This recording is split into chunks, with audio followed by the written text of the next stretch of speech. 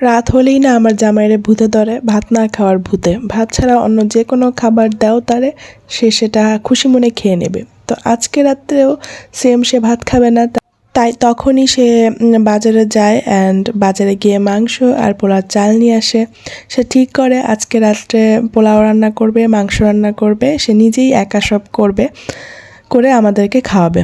তো আমি আর কি করব, জামাই একদিন শখ করে রান্না করে খাওয়াতে চাইছে, আমি সেটা না করি কি করে বলেন আপনারাই। সে ওইদিকে হচ্ছে পেঁয়াজ কেটে নিচ্ছিল। পেঁয়াজ কাটার একটা মজার সিন আছে, একটু পরে দেখাচ্ছি। আর এইদিকে আমি পোলার চালটা ভাবলাম যে একটু ধুয়ে রেডি করে দেই, মানে জামাই কাজ করতেছে দেখে আমি তো আর চুপচাপ দাঁড়ায় থাকতে পারি না, আমার তো একটু বিবেকবোধ কাজ করে, তাই না, কি বলেন?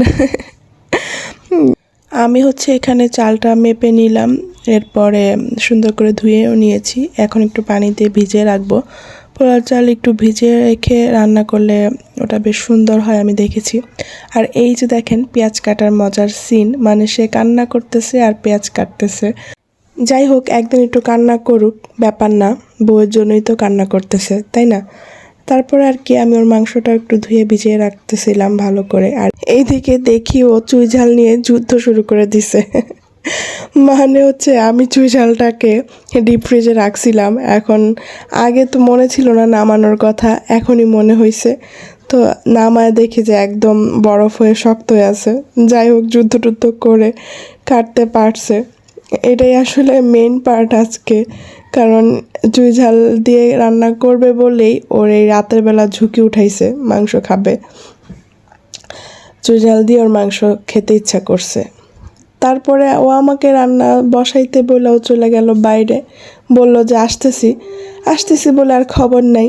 আমি এদিকে রান্না টান্না মানে মশলা টশলা সব কষা, মাংস টাংস দিয়ে দিতেছি, মানে যেখানে কথা ছিল ও রান্না করবে সেখানে আমাকে ধরাই দিয়েও বাইরে চলে গেছে।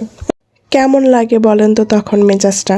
হ্যাঁ, আমারও খুব খারাপ লাগছে, কিন্তু তারপর ব্যাপার না, এটা তো আমি প্রতিদিনই করি। পরেও আবার ও আসছে, এসে বলতেছে ঠিক আছে তুমি ঘরে যাও, রেস্ট করো, আমি এবার সামলে নিব।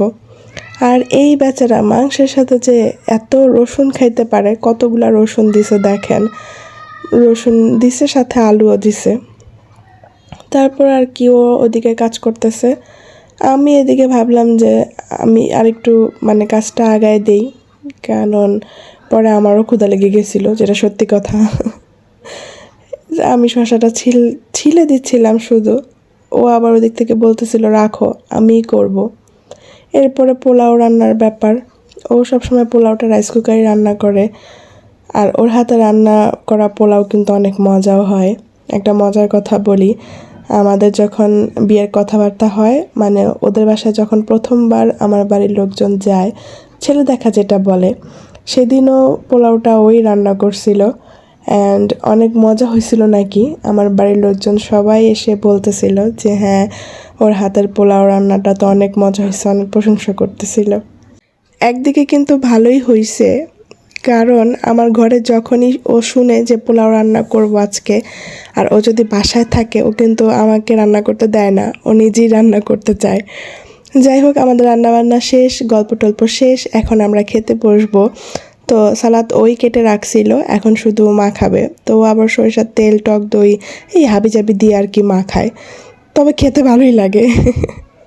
আমি মাখাতে গেলে তো শুধু একটু লবণ আর পেঁয়াজ কাঁচামরিচ দিয়েই মাখায় ফেলি, ও যত হাবিজাবি দেয়।